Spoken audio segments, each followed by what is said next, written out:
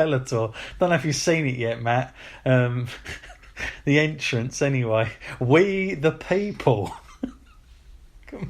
Good grief! I couldn't believe it that he's still using that in his MMA stuff. So that was very interesting. I was expecting Zeb Coulter to come out and all to sort of give his round up. What's wrong with America? But yeah, I thought that was very interesting. You know, on the Titan screen, he's got "We the People" and he's doing the whole thing, holding the heart and all the rest of it. I thought that was a very strange thing. But good news for Swagger, and well done to him. Won his first MMA match. It was against kind of a nobody, I will say that much. But he does look really good, and they're obviously going to build him up slowly. But yeah, going off subject there a little bit. R-Truth, Matt, comes out, gets beaten up badly by Nia Jax, and then we've now got Nia coming in. One of the fascinating notes I made of this, I don't know if you picked up on this, Matt, but I think it was Michael Cole was saying it. He was talking about all the women that had participated, and they mentioned China, Matt, which is an unusual thing for WWE sometimes. That they did say her, thankfully. Yeah, I mean, she definitely left her mark in the business. So, yeah. Worth noting that she had played a big part in mixing it up with the men. So if Nia's going to step into that role, then she's got to know where this was first paved. Yeah, I just again, I know it's a small thing, but it's look, I think it's way past all that now, and I know they've always got some sort of excuse why they don't put her in the Hall of Fame. I know Triple H has come out sometimes and he says, if we put China in it, every kid on Google will search for China, and what they're going to find? A porn site. But, I mean, come on, she's not the only one, is she now? I mean, a lot of those female stars are in trouble at the moment, getting their stuff hacked. So I don't think that can be a very good excuse anymore. And I just think, look, all jokes aside, China, honestly, I wish she'd have seen that for herself. I wish she'd have got that the recommendation from the type of thing of knowing that you were that good. I really do wish that had been a thing, because I think so many times she was crying out for that. But it was nice that they mentioned it. I'm glad that they're making small steps at least. Whether or not Michael Cole probably might have got a bollocking after, I don't know, but time will see. But Matt, just to sort of clarify this, Nia Jax, was you a fan of this, or was you not? Nia Jax going in the way she did, and what happened?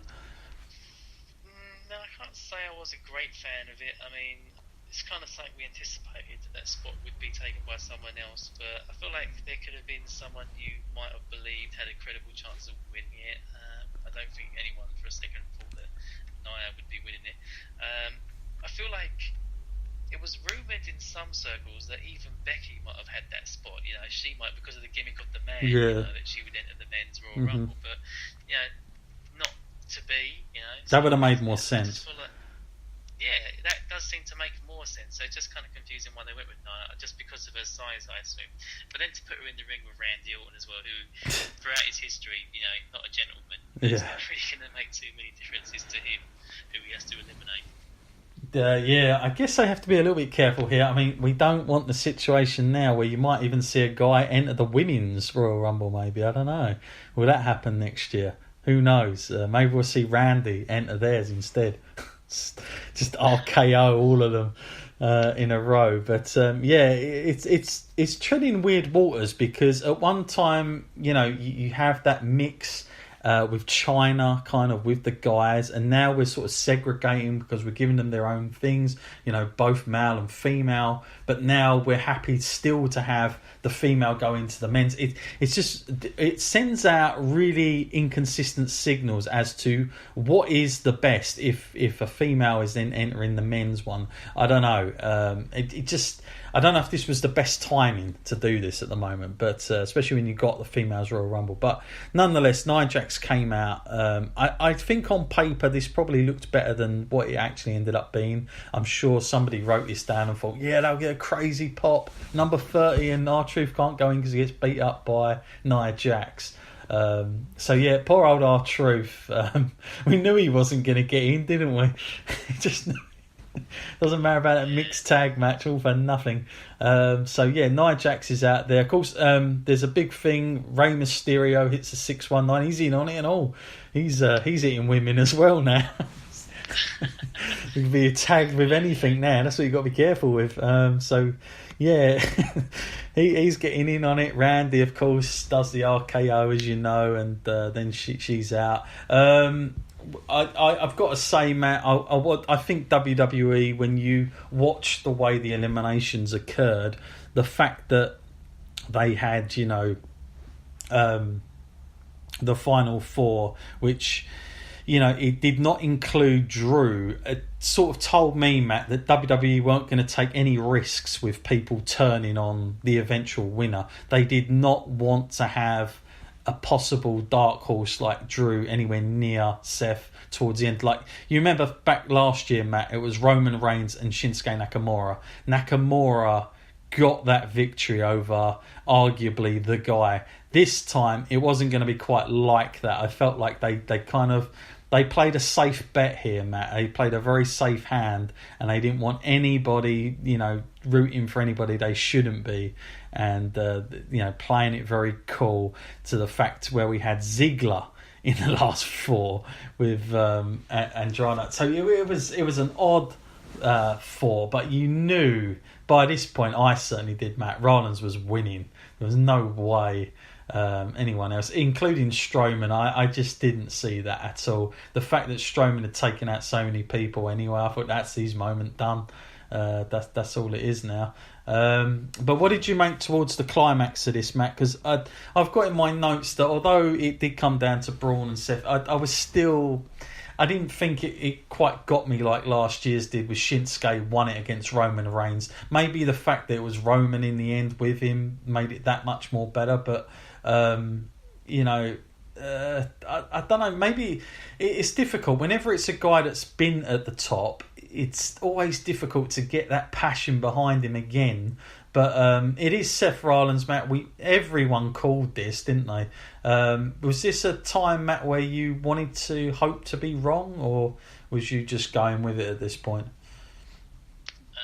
When we was in the last four, I was definitely hoping that I wasn't wrong. He's better than the other four, Ziggler. Three that was in there. But then, as it came down to that few amount of people there, I really didn't want to see Strowman walking into WrestleMania challenging Brock again. I feel like we're past that point now. Hopefully we don't have to see that again. It was never that amazing, the first few times we've seen this kind of match. But Seth, it's an interesting one. Everyone's assuming that he's going straight for Brock, but there's no guarantees there. It could be, well, we're going to find out tonight. Because as the time recording this, he hasn't said who it's going to be. I feel like even Daniel Bryan is a good potential match there. He can just walk into either match at WrestleMania and probably steal the show. He definitely has his moments there at WrestleMania, so it's going to be something different for once. We see even at the Royal Rumble, we saw how Brock worked with Finn. I feel like it might be a similar kind of deal, and now we're seeing that maybe Brock is losing the edge over these guys. It used to be just dominant and dominate everyone he came across. Maybe now the whole point of the Finn match was to show that he has got vulnerabilities to some levels of speed. Yeah, well, it will be fascinating to see where they go with this. Maybe as well they should learn a lesson here from last year and, drag it out a little bit more. Don't just, tease who you're going to face a little bit. Make it look he might face Daniel Bryan or he might face Brock. Tease it a bit because, you've got so much time before WrestleMania. You've got to try and do something. I felt the big mistake last year was just to go, right, I'm facing AJ Styles, done. And then by the time we got to it, my God, it seemed like forever. So I'm hoping they don't make that mistake tonight on Raw. I think it's very difficult. What I would say I'd rather want to see as a match at WrestleMania, because Seth Rollins is an unbelievable talent. no doubt about it. And if you look at his WrestleMania resume, Matt, he's kind of come up the way you'd want a wrestler to come up, almost like a Brett kind of thing. It's like, he's won. Didn't he win the Intercontinental Championship there last year? Was it he won? Did he win that there, or is that someone else I'm thinking of? Can't remember now. Well, he was in the Intercontinental match. I remember it was a triple threat. I think it kicked off. And the year before that, it was against Triple H. And then Randy Orton, and he's had like really good, credible matches. So he's kind of gone the way you should, other than the fact that he did have that moment with Evolution, with Triple H, which I didn't really enjoy all that much, just because it made not that much sense to me, considering they just had full blown wars with the guys. But there you go. So I do feel like there's that. I guess another thing I'm thinking, I wonder, you hope, Matt, that Brock is into Seth Rollins and it's not like Dean Ambrose scenario where it's not, and he's not going to give anything and it's just going to be very awkward type of match.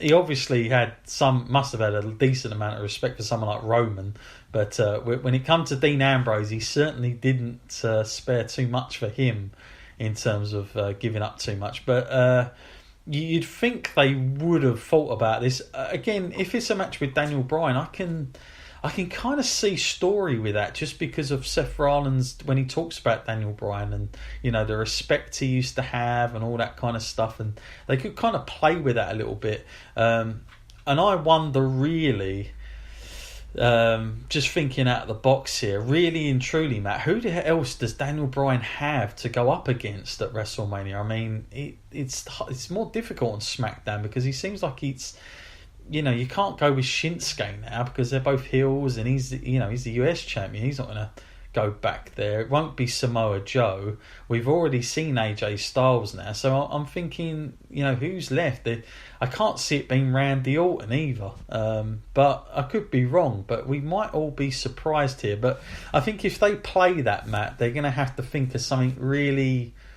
They're going to have something where Daniel Bryan antagonises him to do it, because for Seth Rollins to pick Daniel Bryan over Brock is going to be a bit like of a coward's way, isn't it? A little bit. So I think they have to do something where Daniel Bryan is going to antagonise him or say something to get his attention to why he should want to face him rather than Brock. But I think at the moment, Matt, we're all pointing towards a Brock Lesnar Seth Rollins match, and possibly the equity of Brock Lesnar. That should be his new top. I don't know why they haven't thought of that. Brock Lesnar, WWE equity, because that's what he's got. He's had it for God knows how long. But that equity now could be Seth Rollins, Matt. I mean, Roman, he's faced him twice. He's faced Dean Ambrose. He faced all the Shield when it comes now. And Seth Rollins, the last piece, is he the guy, Matt, that WWE, they might go, right, you can take this and, you're going to be the guy that's going to beat him clean and we're done with Brock? Or do you think this could just be not Seth's? I mean, what is Seth going to be the guy, Matt? I guess is what I'm trying to say. Well, if I've learned anything throughout my time watching this, it's like you can't be sure. You can never be 100% sure. I thought it was Roman's time at WrestleMania. Oh, we all did. That was the one. And then after that, I just can't really firmly put my belief in anyone to go over on Brock Lesnar anymore. It just seems like it's something that could go on indefinitely. Shane O'Mac will have to face him. Yeah, that's not off the cards. Who knows? I mean, Shane's definitely fought nearly every other top guy, so that wouldn't shock me. But yeah, hopefully Seth can do it. I mean, someone else does need to be made a big deal of, so hopefully it can be him. He's definitely a full-on company guy and he can be trusted, so shifting a little bit of momentum his way might not be such a bad thing. He can definitely carry it week in, week out on Raw. We've seen that. He's, for the last who knows how many months, he's been the one putting on consistent performances and putting in probably the hardest work of the night. Yeah, no, without a doubt. And also, I would have liked to have seen Drew McIntyre and Brock Lesnar, but they're not going to do that. Even with the chamber in between, they're just not going that way. I think Drew's now going to be locked in with John Cena at WrestleMania. I really sense that's the match. He's going to get Lars Sullivan's spot. And again, I suppose, Matt, if you think about